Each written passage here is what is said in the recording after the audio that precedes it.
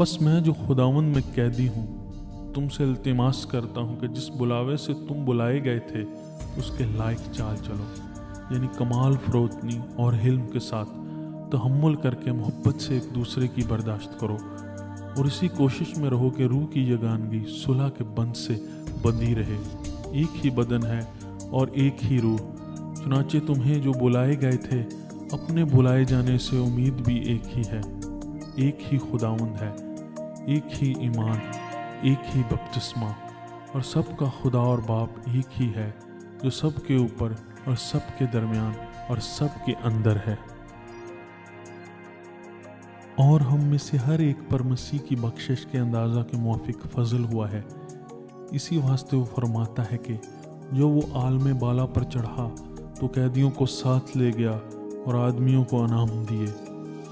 اس کے چڑھنے سے اور کیا پایا جاتا ہے سوا اس کے کہ وہ زمین کے نیچے کے علاقہ میں اترا بھی تھا، اور یہ اترنے والا وہی ہے جو سب آسمانوں سے بھی اوپر چڑھ گیا تاکہ سب چیزوں کو معمور کرے۔ اور اسی نے بعض کو رسول، بعض کو نبی، بعض کو مبشر اور بعض کو چرواہا اور استاد بنا کر دے دیا، تاکہ مقدس لوگ کامل بنے اور خدمت گزاری کا کام کیا جائے اور مسیح کا بدن ترقی پائے، جب تک ہم سب کے سب خدا کے بیٹے کے ایمان اور اس کی پہچان میں ایک نہ ہو جائیں اور کامل انسان نہ بنے، یعنی مسیح کے پورے قد کے اندازہ تک نہ پہنچ سکیں، تاکہ ہم آگے کو بچے نہ رہیں اور آدمیوں کی بازی گری اور مکاری کے سبب سے ان کے گمراہ کرنے والے منصوبوں کی طرف سے ہر ایک تعلیم کے جھونکے سے موجوں کی طرح اچھلتے بہتے نہ پھریں، بلکہ محبت کے ساتھ سچائی پر قائم رہ کر اور اس کے ساتھ جو سر ہے یعنی مسیح یسوع کے ساتھ پیوستہ ہو کر ہر طرح سے بڑھتے جائیں، جس سے سارا بدن ہر ایک جوڑ کی مدد سے پیوستہ ہو کر اور گھٹ کر اس تاثیر کے موافق جو بقدر ہر حصہ میں ہوتی ہے اپنے آپ کو بڑھاتا ہے، تاکہ محبت میں اپنی ترقی کرتا جائے۔ اسی لیے میں یہ کہتا ہوں اور خداوند میں جتائے دیتا ہوں کہ جس طرح غیر قومیں اپنے بیہودہ خیالات کے موافق چلتی ہیں، تم آئندہ کو اس طرح نہ چلنا،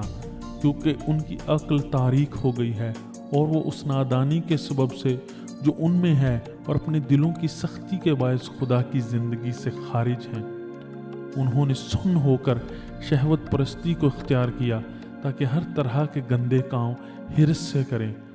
مگر تم نے مسیح کی ایسی تعلیم نہیں پائی، بلکہ تم نے اس سچائی کے مطابق جو یسوع میں ہے اس کی سنی اور اس میں یہ تعلیم پائی ہوگی کہ تم اپنے اگلے چال چلن کی اس پرانی انسانیت کو اتار ڈالو جو فریب کی شہوتوں کے سبب سے خراب ہوتی جاتی ہے، اور اپنی عقل کی روحانی حالت میں نئے بنتے جاؤ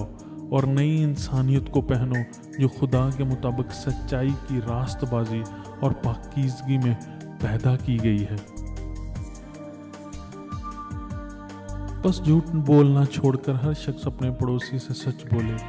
کیونکہ ہم آپس میں ایک دوسرے کے عضو ہیں۔ غصہ تو کرو مگر گناہ نہ کرو،